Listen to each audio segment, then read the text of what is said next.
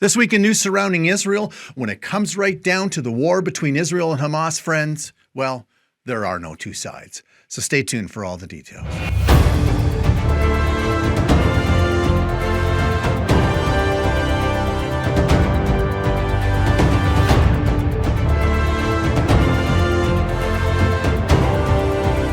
Well, shalom, everyone. Welcome once again to this week's newscast. I'm Robert Gottselig, your host. And as much of the world continues to paint a two-sided picture in the war between Israel and Hamas, and seem to almost have more sympathy for the Palestinians than they do for the Jewish people, well, I'm reminded, friends, that hatred for the Jewish people is a demonic sickness that continues to plague this world. And if the world can't see the difference between the IDF and Hamas and between the Jewish people and the Palestinians, well, friends, then they're blind and they need to educate themselves. You know, I only have to turn on the news, and for the most part, unless you're watching Fox News, you will continue to see a one-sided reporting that paints Israel as the oppressor, and the sympathy really goes to the sufferings of the Palestinians. World leaders, the UN, teachers, professors, and even unions are all calling for a ceasefire. And then the most recent here, in the presidents of MIT, Harvard, and Pennsylvania, they couldn't even say that calling for the genocide of the Jewish people violates the university's code of conduct. Seriously? We've got problems, folks. And it's deep-rooted in anti-Semitic hatred for the Jewish people, period. Wake up, world, because you'll have to give an account one day to the God of this universe on how you have treated his chosen people.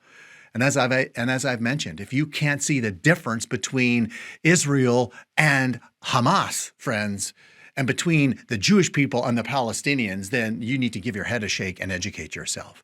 Here's a few differences to help with those that have that problem. Israel bends over backwards for peace, while Hamas and the Palestinians call for Israel's destruction. Israel also grants all of its citizens the same freedoms and rights. And the Palestinians, well, they want a state of their own with no Jews allowed in it. Israel sees life as precious and sacred. And while Hamas and the Palestinians, they glorify death and they reward those who kill Jews. The IDF does everything possible to eliminate civilian casualties. Hamas, on the other hand, deliberately targets civilians and uses their own people as human shields. Friends, they have built a massive tunnel network under hospitals, under schools, under mosques. And the IDF also revealed weapons found inside a school in Gaza City, hidden in UNRWA, United Nations bags. And in another school, they found a giant teddy bear, as you can see in the video here. And when they cut it open, they found ammo and a sniper rifle in it. In a school, in a teddy bear. You gotta be kidding me. And then in a densely populated area near a hospital and a school, the IDF located one of the largest weapons stockpiles so far in this war, finding hundreds of missiles, long-range rockets and launchers, anti-tank missiles and explosives and UAVs, right near a school and a hospital. What are they doing there? And all the while this is going on, friends, people are siding with Hamas and the Palestinians and supporting their mantra as they cry out from the river to the sea. That's from the Jordan to the Mediterranean. And again, Israel does not fit in there. And so there are further calling for Israel's destruction.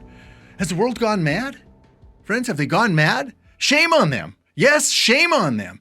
Psalm 129 verse 5 says, "Let all those who hate Zion be put to shame and turn back." And so really woe unto the world, because God is watching. Friends, he is watching. Make no mistake about it. And he is taking note. And when you touch the apple of his eye, that's the Jewish people. You are poking God in the face, and you, as I mentioned, will have to give an answer one day. And so I implore you, friends, to educate yourself on the situation. If you're unsure or you've been misinformed, educate yourself and then stand up for what is right and good, according to what God has decreed in his word. Pick up a Bible and read it.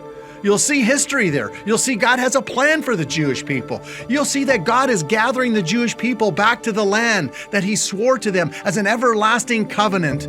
as he swore to the physical descendants of Abraham, Isaac, and Jacob. Yes, God himself has brought the Jewish people back, and he has rebuilt their waste cities, and he has restored their language, and he has caused the desert to blossom as a rose, and we see that with our own eyes. And those that hate God and hate the Jewish people and hate what the Bible has to say, well, they're coming against his chosen ones, and woe unto them.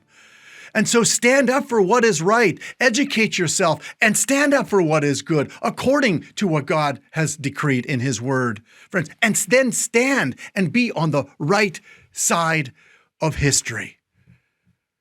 And once you do that, let's come together and let's pray for the peace of Jerusalem. Let's pray for the hostages to be released. Let's pray that the Palestinians would lay down their arms and make peace with Israel. Let's pray for the IDF that they be able to destroy Hamas as they have vowed to destroy Israel and wipe them off the face of the map. Again, the head of the snake is in Tehran. Let's pray that the Ayatollah's schemes would be revealed to the IDF, that they would be able to, as Israel's leaders come together, that they would not be taken off guard of what's going to come against them. Let's pray for their leaders to be wise to the schemes of their enemies. Pray for the IDF. Pray for an end to this conflict. But again, we need to pray for, friends, we need to pray for the Palestinians to lay down their arms and to make peace and to quit educating their children to hate Jewish people. And then we need to pray for our own countries, that people would educate themselves and stand with Israel. Doesn't mean that we have to agree with everything they do, think, and say, but understand this, that the God of this universe, the God of Israel, is calling his chosen people home, and we need to be on board with that. And we need to pray for them, we need to support them, and we need to stand up for what is good and right. And so with that, friends, I just want to thank you again for joining us on another episode of In News Surrounding Israel.